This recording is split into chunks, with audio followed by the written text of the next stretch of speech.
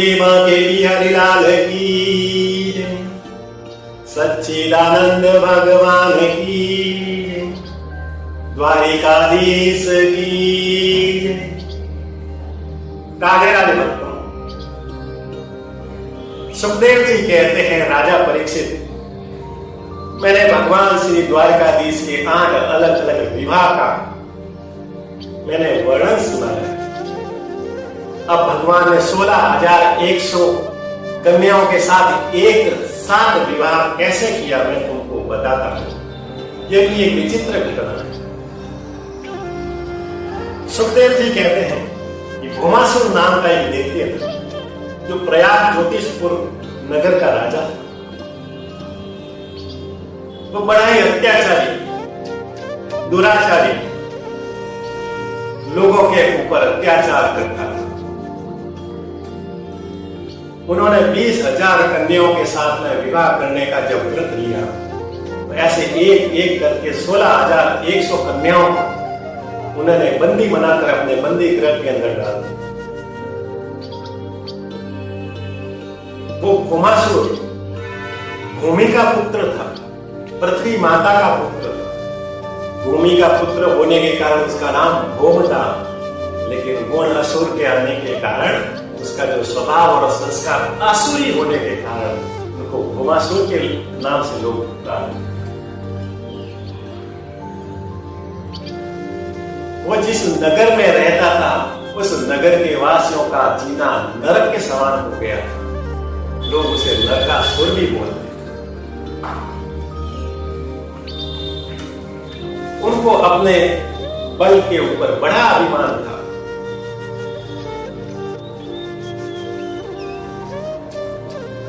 उस भौमासुर ने देवराज इंद्र की माता अदिति के कानों के कुंडल को चुरा लिया। स्वर्ग के देवराज इंद्र के छत्र को चुरा लिया। जब देवता उनके इस अत्याचारों से दुखी हो गए तब भगवान से कहने लगे कि हे प्रभु, आप इस नरकासुर के नरक का अंत कीजिए, इस भौमासुर के अत्याचारों का अंत करके इस पृथ्वी को पुनः धर्मांतरित कीजिए।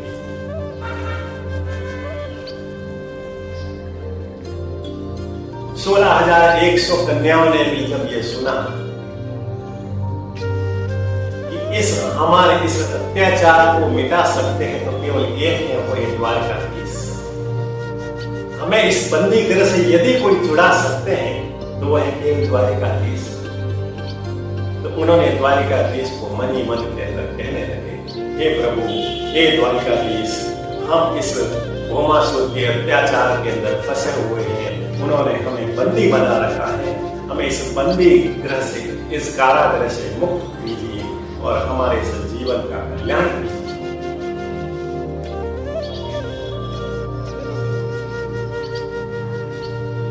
जब द्वारकाधीश के पास में यह समाचार मिला कि भौमासुर ने 16,100 कन्याओं को बंदी बना रखा है और उनके इच्छा के विरुद्ध उनके साथ में विवाह करना चाहता है, तो भगवान ने पहले नारद जी को बुलाया, उनको संदेश भेजा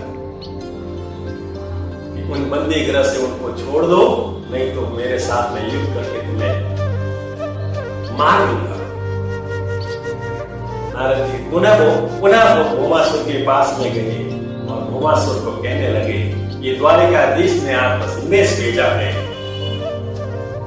तुमने जो ये 16,100 राजकुमारियों को, कन्याओं को यहाँ पर बंदी बना रखा है, उनकी इच्छा के विरुद्ध तुम विवाह करना चाहते हो, उनको इस बंदी गृह से छोड़ दो, नहीं तो द्वारकाधीश के हाथों तुम्हें मार दिया जाएगा।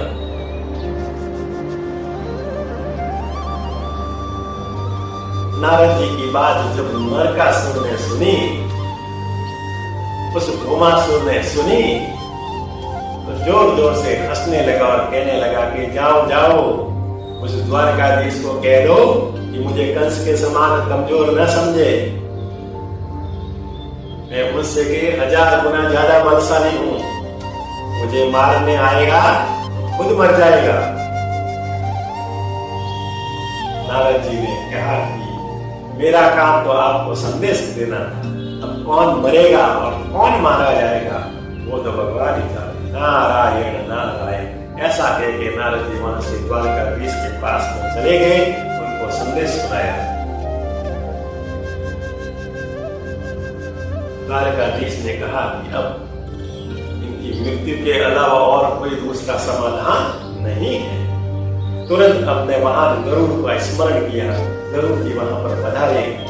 भगवान द्वारकाधीश गरुड़ जी पर बैठे और अपनी पत्नी सत्यभामा को भी साथ में लेकर वहां से भौमासुर का वध करने के लिए 16,100 कन्याओं को कैद से मुक्त कराने के लिए प्रस्थान कर दिया, रवाना हो गए। राजा परीक्षित ने कहा, अब तक तो भगवान अकेले किसी का असुर का वध करने के लिए गए थे। भगवान के 8 विवाह किए, परंतु ये सत्यभामा को ही लेके क्यों गए? कृपया करके मेरी इस शंका का समाधान कीजिए, मेरे संशय को दूर कीजिए। तब सुखदेव जी कहते हैं, ये सत्यभामा और कोई नहीं, पृथ्वी का ही जन्म है, पृथ्वी का ही अवतार है। ये भूमि का अवतार ही सत्यभामा है, इसलिए इनको लेके जाना है। क्योंकि इस भौमासुर को एक वरदान था कि जब तक उसकी माता उनको मारने के लिए नहीं कहेगी तब तक भगवान उसको मार नहीं सकते, ऐसा उनको वरदान।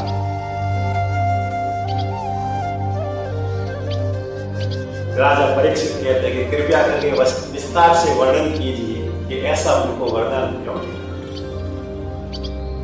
तब सुखदेव जी कहते हैं, जब हिरण्याक्ष नाम के जब राक्षस ने जब पृथ्वी को अपने दांतों पर उठाकर रसातल के अंदर छुपा दिया, तब भगवान नारायण वारा का रूप धारण करके उस पृथ्वी को उस राक्षस हिरण्याक्ष से छुड़ाकर अपने दांतों पर लेकर जब वहां से प्रस्थान कर रहे थे, रवाना हो रहे थे, तभी बीच के अंदर जब हिरण्याक्ष आया और हिरण्याक्ष उनको रोकने का प्रयास किया। पृथ्वी भगवान श्री वाराह के दांतों के ऊपर जब वह स्थित हो गई तो भगवान के शरीर से उनका स्पर्श हो गया, और भगवान का जो शरीर का जो स्पर्श है वह अबोध होता है। भगवान के शरीर के स्पर्श से पृथ्वी माता गर्भवती हो गई, और इन्हीं के कारण उनको एक पुत्र की प्राप्ति। भूमि की पुत्र होने के कारण उसका नाम भोग रखा गया। परंतु जब दोनों के बीच भगवान श्री वाराह और हिरण्याक्ष के बीच में भयंकर युद्ध चल रहा था, तब पृथ्वी ने इस हिरण्याक्ष के भयंकर और कुरूप रूप को देखकर भयभीत हो गई, और उनके कुरूप और भयभीत भयंकर रूप उनके हृदय के अंदर बैठ गया। और जब उन्होंने एक पुत्र को जन्म दिया, पुत्र तो भगवान का था, लेकिन उनके इस हिरण्याक्ष के कुरूप और भयंकर रूप की छवि जब उनके गर्भ के अंदर उसके हृदय में रही तो उनके गुण उसके अंदर आए। भूमि का पुत्र होने के कारण भोग नाम रखा गया, लेकिन हिरण्याक्ष के भयंकर इस रूप का छाप गर्भ पर पड़ने के कारण उनके गुण वो आसुरी हो गए। जैसे जैसे वह बड़ा तो उनके गुण आसुरी हो गए, असुर होने लगा, इसलिए उनको भौमासुर के नाम से जाना। जब भगवान को पता चला ये मेरा पुत्र है परंतु आसुरी गुणों का है, यदि इसको मारा नहीं गया तो पूरी सृष्टि का विनाश कर देगा।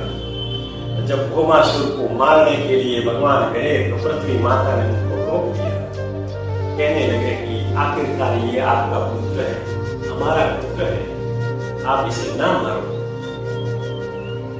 पृथ्वी माता के निवेदन से भगवान ने उनको मारने से तो रोक दिया, परंतु कहने लगे कि जब तुम स्वयं अपने मुंह से जब कहोगे कि इसका वध कर दो, इसको मार दो, तब मैं इसको मारूंगा, ऐसा मैं तुमको वरदान देता हूं।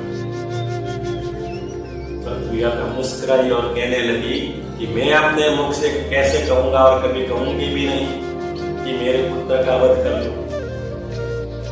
इसलिए भगवान कभी इसको मारेंगे भी नहीं। परंतु भगवान तो भगवान लीलाधारी है। भगवान यदि किसी को वरदान देते हैं तो उसको तोड़ने का भी तो जानते हैं। भगवान ने कहा कि मैं ऐसी लीला रचूंगा, ये स्वयं अपने मुंह से कहेगी कि इसको मार। समय आने पर वही पृथ्वी माता सत्यभामा के रूप में जन्म लिया। भगवान द्वारिकाधीश जानते थे कि मैं भौमासुर के ऊपर कितना भी आक्रमण कर लूं, वो मरेगा नहीं जब तक सत्यभामा अपने मुंह से नहीं कहेगी। इसलिए युद्ध के अंदर सत्यभामा को लेके जाना आवश्यक था। बोलिए मां के बिचारी लाल की। अब भगवान द्वारिकाधीश सत्यभामा गरुड़ जी पर सवार होकर प्रयाग ज्योतिषपुर नगर की ओर प्रस्थान किया। जब भौमासुर को यह पता चला कि द्वारकाधीश उनके सामने युद्ध करने के लिए आए, तो अपना परम शक्तिशाली बलशाली मूर नामक राक्षस, मूर नामक जो सेनापति था, उनको भगवान द्वारकाधीश के सामने युद्ध करने के लिए भेजा। द्वारकाधीश और मूर नामक राक्षस के बीच में भयंकर युद्ध हुआ और आखिर में भगवान कृष्ण ने उस मोर का वध कर दिया। जैसे मोर का वध हुआ, देवता प्रसन्न होने लगे और भगवान श्री कृष्ण को मुरारी के नाम से जय जयकार करने लगे। हरे कृष्ण गोविंद हरे मुरारी, हे नाथ नारायण वासुदेवा। बोलिए बाल भगवान श्री बांके बिहारी लाल की। मुरा नामक राक्षस को मारने के बाद जब भौमासुर के सामने युद्ध के लिए दोनों के बीच में भयंकर युद्ध हुआ, भगवान जानते थे कि मुझे अब ऐसी ऐसी लीला रचनी पड़ेगी कि ये सत्यभामा स्वयं अपने मुंह से कहेगी कि इसका वध कर। तो भगवान ने ऐसी लीला रची कि भगवान जब भौमासुर के सामने जब बाण मारते, कभी ऊपर से निकल जाता, कभी नीचे से निकल जाता। लेकिन जब भौमासुर जब भगवान श्री कृष्ण द्वारिकाधीश के ऊपर जब बाण चलाते, तो भगवान के कभी हाथ पर लगता, कभी सीने पर लगता। और जब बाण लगते लगते जब सत्यभामा को लगा कि भगवान मूर्छित हो रहे हैं, भगवान कमजोर पड़ रहे हैं, यदि इस भौमासुर का वध नहीं हुआ तो द्वारकाधीश का वध हो जाएगा, वो कहीं मारा न जाए। जब द्वारकाधीश सब घायल होकर जैसे नीचे गिरने लगे, तब सत्यभामा ने जोर से पुकारने लगे, प्रभु इस भौमासुर का वध कर लो, नहीं तो ये आपका वध कर लेगा। प्रभु इस भौमासुर का वध कर लो, तुरंत वध कर लो। सत्यभामा के मुख से जब ऐसा निकला कि भौमासुर का वध कर लो, भगवान मुस्कुराए कहने लगे, मैं इसी क्षण का तो इंतजार कर रहा। अब इस राक्षस भौमासुर को मारने में मुझे किसी भी प्रकार का कोई संचय नहीं रहेगा, कोई भी संकट नहीं रहेगा। ऐसा कहते हुए भगवान ने अपना सुदर्शन चक्र चलाया और भौमासुर का सिर धड़ से अलग हो गया। बोलिए बांके बिहारी लाल की। भौमासुर का वध होने के बाद जितने भी 16,100 कन्याएं बंदी गृह के अंदर थी, उनको मुक्त करवा दिया और कहने लगे कि आज से तुम इस भौमासुर के अत्याचारों से मुक्त हो गई हो, जाओ अपने अपने घर चले जाओ। जितनी भी 16,100 कन्याएं थी भगवान के चरणों में गिर पड़ी और कहने लगी कि अब प्रभु हमारा कोई ठिकाना नहीं, अब हम कहाँ जाएंगे?